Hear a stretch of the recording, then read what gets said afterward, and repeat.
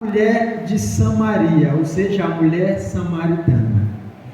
E inicia dizendo assim: quando, pois, o Senhor veio a saber que os fariseus tinham ouvido dizer que ele, Jesus, fazia e batizava mais discípulos que João, se bem que Jesus mesmo não batizava e sim os discípulos.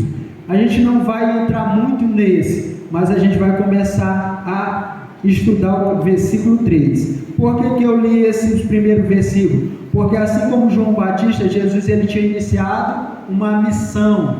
E o propósito de Jesus era o quê? A mesma mensagem de João Batista: arrependei-vos porque está chegado o reino dos céus. Então, a partir do momento que Jesus chega, ele começa também a missão de falar do Evangelho de Deus, e pessoas eram batizadas.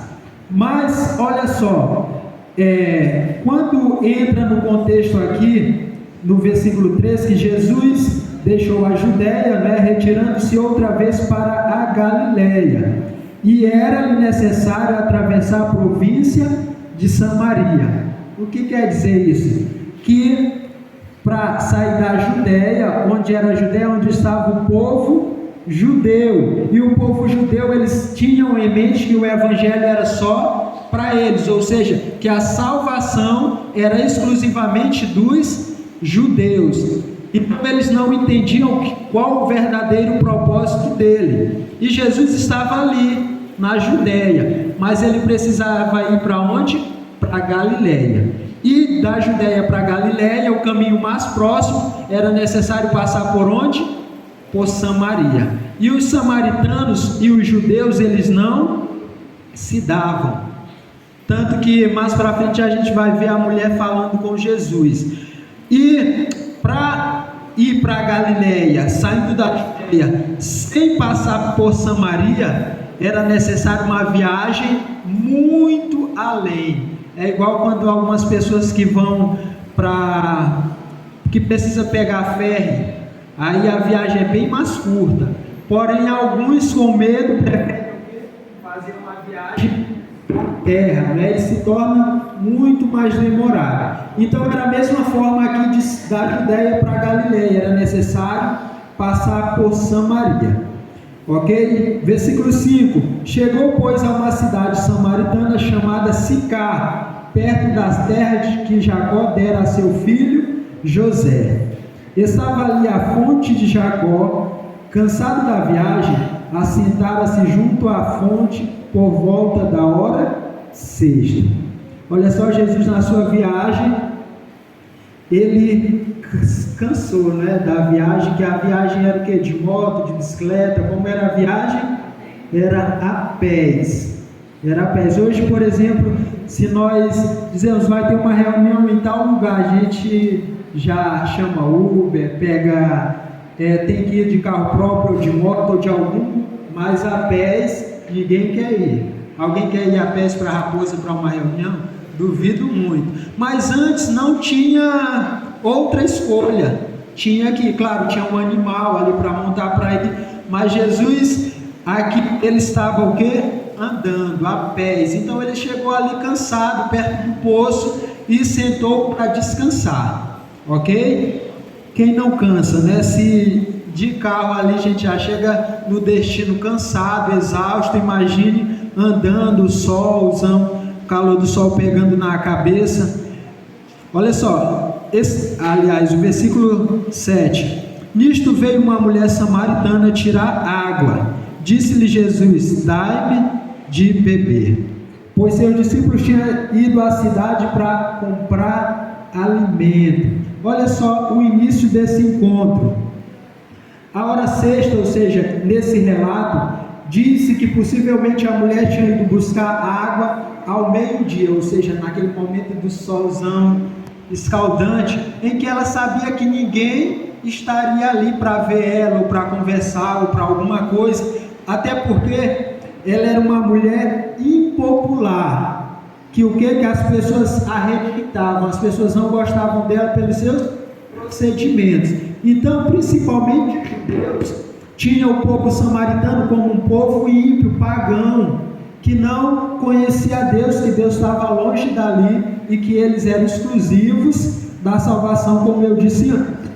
Mas Jesus, que eu disse que não faz acepção, Jesus ele queria ter esse encontro com a mulher. Então Jesus ele não parou ali por acaso. Jesus ele parou ali porque ele tinha um objetivo. E sabe qual é o objetivo de Jesus? Salvar. É por isso que nós estamos aqui, porque nós queremos ser salvos. Então, para ser salvo, só tendo o encontro com Jesus. Olha só o versículo 8. Então lhe disse a mulher samaritana. Aí começa, sendo do judeu, pede de beber a mim que sou mulher samaritana. Aí o versículo continua dizendo, porque os judeus não se davam com os samaritanos. Olha só, e a gente olha, se a gente for ver samaritano na Bíblia, por exemplo, a gente vê só procedimentos bons. O bom samaritano, por exemplo, ele agiu totalmente, forma ao contrário com aqueles que se diziam ser seguidores de Jesus, de Deus. Então ele sempre aparecia o que? Com humildade, com gestos de amor para com outras pessoas, que o povo de Deus deveria agir. Enquanto isso, o samaritano agiu de forma fazendo a vontade de Deus, ajudando. Mas olha só, então ela faz essa pergunta: olha, Senhor, como sendo tu judeu, tu pede água a mim que sou mulher samaritana, né? Então não tinha como. Na verdade, aquele encontro nem deveria acontecer, de um homem com uma mulher, e principalmente judeu com samaritano. Mas Jesus diz: se conheceras o dom de Deus e quem é o que te pede, dai-me de beber, tu lhe pedirias e ele daria água. Será que Jesus ele estava com sede naquele momento, de fato, por ele parado no poço para tomar água? Se bem, olha só, a mulher diz o que? Olha, depois a mulher responde: ó, como é que tu vai me dar água se tu não tem como tirar do poço? Ou seja, o propósito de Jesus não era tomar água ali, senão tinha dito assim, Jesus estava cansado e com sede, né? Então parou o poço esperando alguém. Jesus ele sabia que ninguém iria naquele horário buscar água, senão a mulher. Por quê? Porque ele conhecia a vida daquela mulher. Então ela diz: se por acaso tu tivesse como me dar água, tu não estaria pedindo para mim. Esse é o pensamento que a gente pode imaginar. Ora, ele me pede água, agora me oferece. Como é que é isso? Por acaso ele tem como tirar a água daí? Não, né? Então Jesus ele estava iniciando e mostrando para a mulher que ele queria dar uma água diferente. Porque aquela mulher, ela ia buscar água sempre.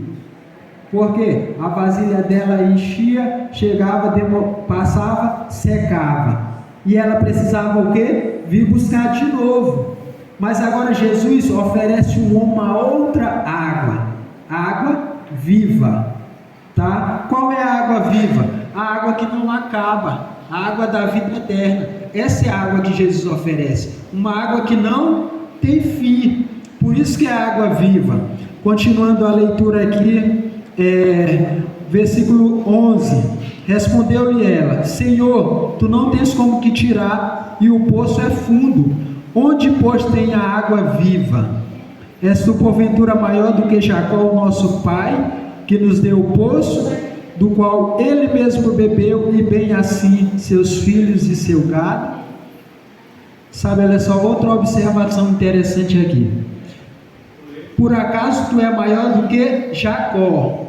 Ou seja, para vocês terem uma ideia, que o povo samaritano, ele tinha sim um conhecimento de Deus, porque eles se consideravam descendentes de Jacó. E quem era Jacó? Um patriarca, um filho de Deus, um seguidor de Deus, e que deixou muito exemplo, por exemplo, bons e ruins, né? Mas o povo cristão deve pegar o ruim como exemplo para não fazer, ok? Mas olha só, e o povo judeu, eles se consideravam filhos de Abraão. Então, Jacó e Abraão, eles faziam parte da mesma linhagem. Então, o povo judeu, que considerava Abraão como seu pai, e o povo samaritano, que consideravam Jacó como seu pai, ambos tinham temor de Deus. Porém, Samaria era uma cidade, uma população, que algumas pessoas que vieram para lá conheciam Jesus, ou seja, obedeciam, faziam a vontade de Deus, e não todos, tá? Eles eram um povo, de fato, se nós formos olhar para mais profundo, eles eram um povo meio que misturado. Eles diziam servir a Deus, porém faziam tudo contrário à vontade de Deus, mas alguns serviam a Deus. Tanto que, por exemplo, essa mulher, ela tinha um pouco do temor, mas não completo, porque ela conhecia o seu pai Jacó, ou seja, ela sabia que Jacó foi um homem de Deus. Mas olha só, o versículo 12, aliás, o versículo 13, afirmou-lhe Jesus, aliás, o 12 a gente não leu: és tu porventura maior do que Jacó nosso pai, que nos deu o poço? Versículo 13, afirmou-lhe Jesus: quem beber desta água tornará a ter sede. Né? Você ouviu a expressão: ai, tomei uma água ali, matei minha sede. Quem acha que a sede morre, levanta a mão. A sede não morre, né? Tem gente que diz: matei minha sede. Não morre, senão não precisaria beber de novo. Então Jesus disse: olha, se tu beber dessa água, com certeza tu vai voltar a ter sede. Sabe que um exemplo que a gente pode dizer? O Evangelho, quando tu recebe ele de forma, aquela forma não total, não literalmente completa, sua sede não será saciada. Se você não tiver um ponto completo, verdadeiro com Jesus, não vai ser saciado. Então, para saciar a sede é necessário sempre estar o quê? Bebendo. A sede espiritual, ela também é assim. Não é porque você foi batizado uma vez que você não vai ter mais sede. Não é porque no primeiro ano você fez ano bíblico, estudou a lição, que você não vai voltar mais a ter sede. A sede sempre vai existir. Você tem sempre que alimentar, ou seja, beber água para a sede morrer. E sabe qual é a água que a gente bebe para a sede espiritual morrer, para nós não termos mais sede? Bíblia, oração, a palavra de Deus. Sabe por que muitas pessoas saem dos caminhos de Deus? Porque não leem, não estudam a Bíblia como deveria fazer. Porque esquece que a Bíblia é o primeiro alimento. A primeira função do dia é a Bíblia, que nós devemos orar, falar com o nosso Deus. Olha só, o versículo 14: aquele, porém, que beber da água que eu lhe der, nunca mais terá sede, pelo contrário, a água que eu lhe der será nele uma fonte a jorrar para a vida eterna. Ou seja, a água de Jesus é para a vida eterna. É uma vida abundante, uma vida feliz, uma vida totalmente ao lado de Jesus. Ah, mas depois que eu aceitei Jesus, parece que minha vida teve um monte de dificuldade, as coisas começaram. O encontro com Jesus, ele nos traz dificuldades, mas ele nos traz esperança.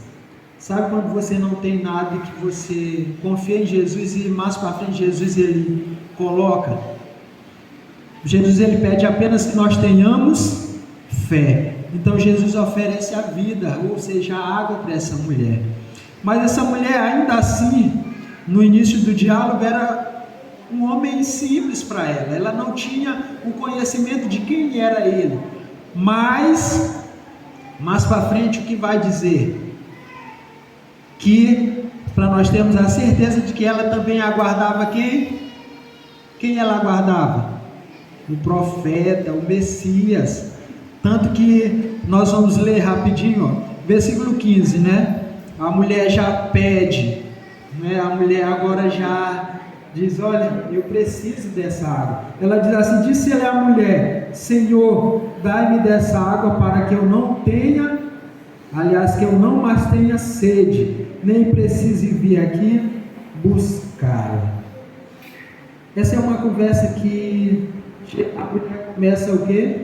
A perceber a necessidade dessa água, ou seja, da vida, porque ela não tinha uma vida, se a gente for olhar, uma vida presa, uma vida longe de todo mundo, uma vida que você não conversa com ninguém, que você tem que sair fugido, que você não pode ter contato com nenhuma pessoa porque as pessoas se rejeitam. Não é uma vida. Quem acha que isso é vida? Não é. Isso é uma prisão, isso é uma doença, ou quem sabe até a pior, não é, uma depressão, né? Onde a pessoa quer se isolar. Mas aquela mulher, ela não queria viver mais assim. Tanto que quando Jesus oferece a água, ela: Senhor, eu preciso dessa água, para eu não vir aqui mais buscar. Aí Jesus, ele começa a se apresentar primeiro como profeta, né? Ele faz a pergunta: chama lá teu marido. Aí a mulher diz: olha, eu não tenho marido.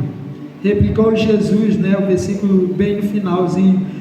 Ao que lhe respondeu a mulher: não tenho marido. 17. Replicou-lhe Jesus: bem disseste, não tenho marido, porque 5 maridos já tiveste, e esse que agora tens não é teu marido. Isso lhe disse a verdade.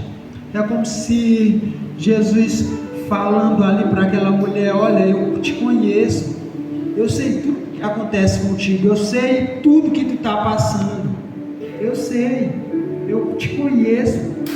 Aí ela poderia pensar: sabe o que também?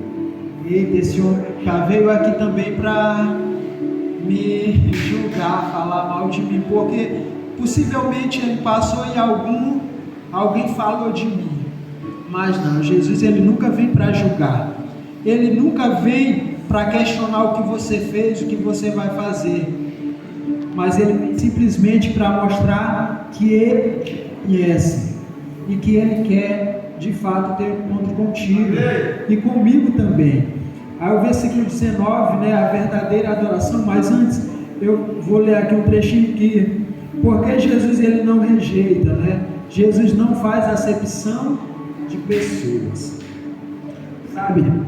Às vezes nós cristãos, nós escolhemos a quem queremos pregar, nós escolhemos com quem queremos falar, nós queremos escolher para quem dá estudo bíblico, e não é assim, não é dessa forma.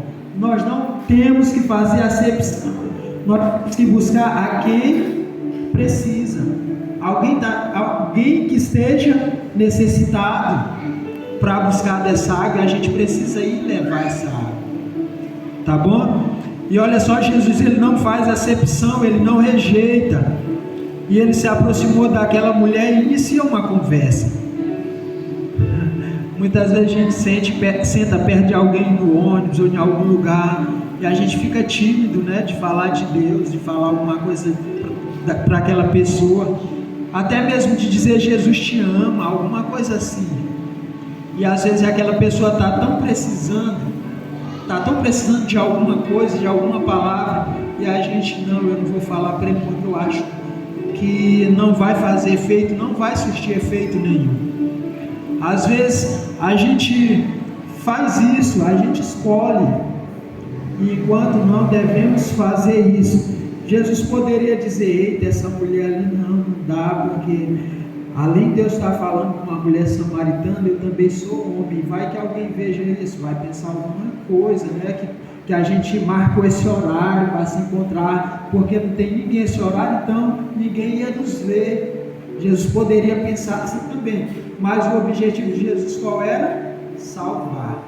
E para salvar, a gente não mede esforço, a gente não liga para quem vai falar, a gente não liga para quem está olhando, para quem vai dizer alguma coisa, porque Deus sabe o que você está fazendo, tá bom? Deus, ele conhece. A verdadeira adoração, olha, a mulher reconhece ali, ó: vejo que tu és profeta, o versículo 19, Senhor, disse a mulher, vejo que tu és profeta. Nossos pais adoravam neste monte, vós entretanto dizeis que em Jerusalém é o lugar onde se deve adorar. Você sabe por que diziam que Jerusalém era o lugar que era para se adorar? Porque em Jerusalém era que se encontrava o quê? O quê? O templo. Não era lá que era construído o templo? Então, se a pessoa quisesse adorar a Deus de verdade, verdadeiramente, era preciso ir ao templo, não era? Não era assim? Aí Jesus, ele vem e disse-lhe Jesus, mulher, podes crer-me que agora vem, mulher, podes crer-me que a hora vem, quando nem neste monte, nem em Jerusalém adorareis ao Pai. Jesus, ele estava falando algo ali que o templo de Jerusalém, mais para frente seria, e agora imagina, sem templo, sem adoração, será? Não. Jesus, ele falou, olha, vós adorareis o que não veio, né?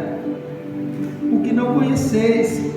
Nós adoramos o que conhecemos, porque a salvação vem dos judeus. Olha a observação. Jesus, ele diz, a salvação vem da onde? Dos judeus. Não disse a salvação é para os judeus. Sabe o que Jesus estava dizendo? Que era necessário que essa missão de pregar o evangelho foi dado encargo para os judeus pregarem, mas os judeus deveriam pregar para todas as nações, para todo mundo. Eles não deveriam escolher povo, ou lugar, ou cidade. Por que que Samaria era tão ruim assim? E por que que a Galileia não era? Será que os pecadores estavam só em Samaria? Na Judéia não tinha, na Galileia não tinha. Então a gente olha que a missão nossa não é pregar só para quem nós queremos, é para quem precisa, com quem nós encontramos.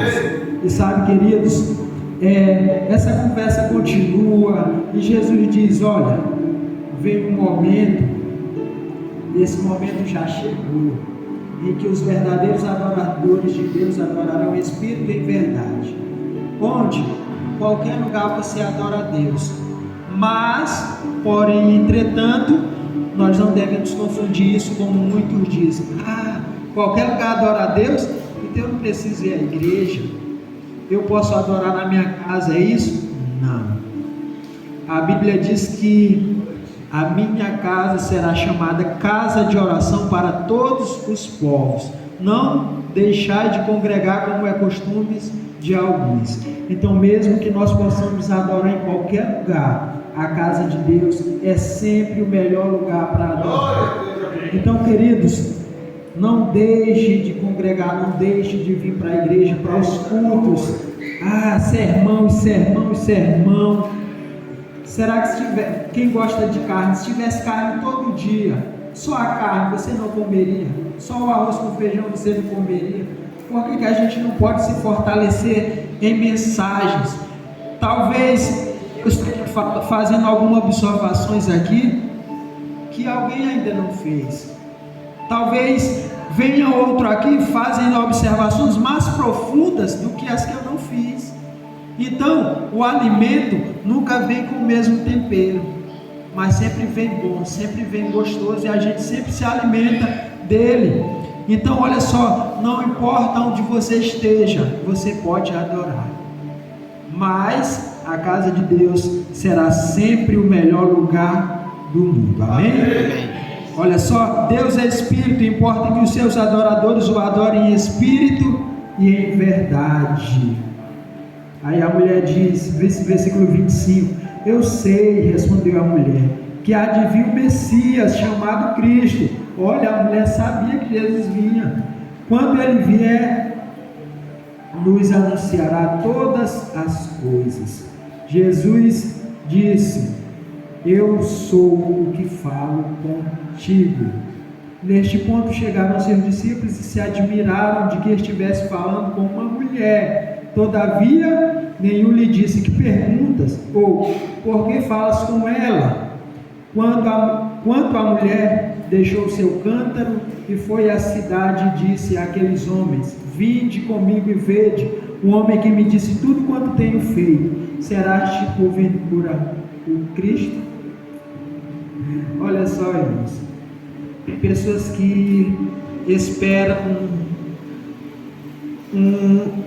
algo tão grande para falar de Jesus, acha que precisa ter um certificado de teologia, pensa que precisa ter muito conhecimento. Não, você não precisa ter tanto conhecimento para iniciar a falar do amor de Deus. Aquela mulher, ela não teve um curso bíblico com Jesus ali, ela teve uma conversa.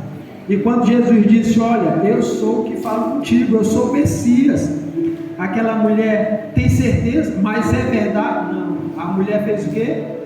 A mulher esqueceu que ela veio buscar água, ela esqueceu tudo que ela estava fazendo, porque agora ela tinha tido um encontro com Cristo.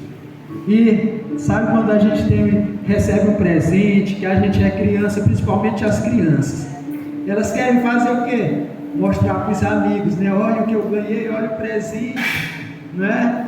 Então aquela mulher, na hora que Jesus se apresentou como Messias, ela disse: não, isso não pode ficar só comigo, eu vou lá. E a mulher rejeitada não se importou mais com nada, né? Era uma mulher que se escondia, era uma mulher que não queria ser vista por ninguém. E agora a mulher entra na cidade: ei, eu encontrei Messias, eu encontrei um homem que falou tudo sobre mim. Será porventura o Messias?